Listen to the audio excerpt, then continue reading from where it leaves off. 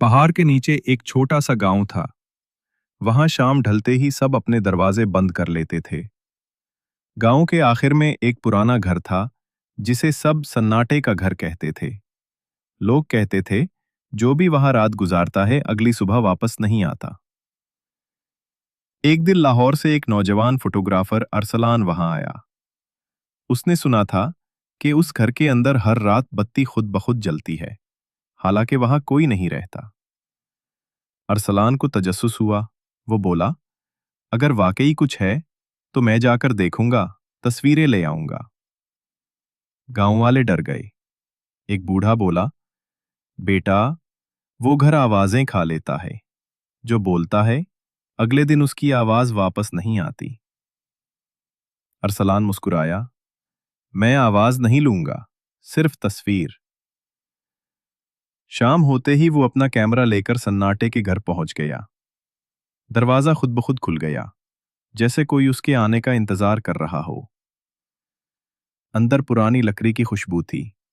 दीवारों पर मिट्टी जमी तस्वीरें लटकी थी, मगर इन तस्वीरों में चेहरे धुंधले थे।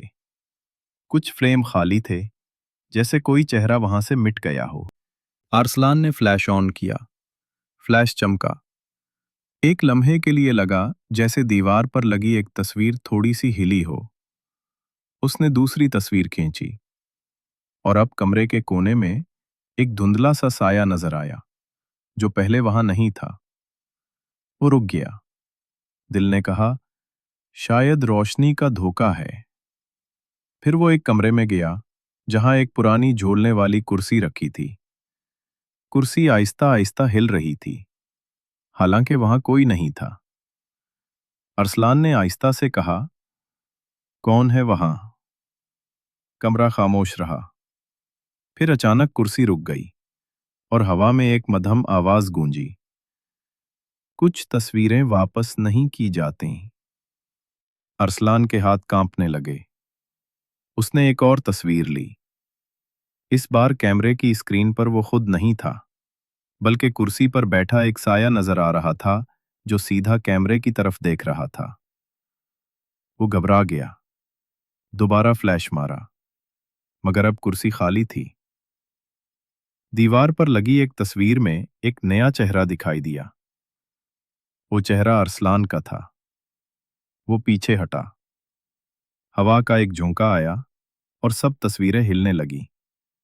हर तस्वीर के चेहरे जैसे उसकी तरफ देखने लगे हों। उसने दरवाजे की तरफ दौड़ लगाई, मगर दरवाजा बंद था। वो जोर जोर से धक्के देने लगा, मगर दरवाजा नहीं खिला। इसी दौरान दीवारों से सरगोशियां आने लगीं। हर तस्वीर एक याद रखती है। अब तुम भी याद बन गए हो। अरसलान ने कैमरा फेंका। कैमरा जमीन पर गिरा, मगर फ्लैश खुद ब खुद चमका। रोशनी में लम्हा भर के लिए दो अरसलान दिखाई दिए, एक असली, एक फ्लैश में कैद। फिर रोशनी बुझ गई। कमरे में खामोशी फैल गई। झूलने वाली कुर्सी फिर आहिस्ता आहिस्ता हिलने लगी। दरवाजा खुद ब खुद खुल गया। कैमरा अब भी चल रहा था। आखिरी तस्वीर एक खाली कमरे की थी, मगर फ्रेम के कोने में एक धुंधला सा चेहरा मुस्कुरा रहा था।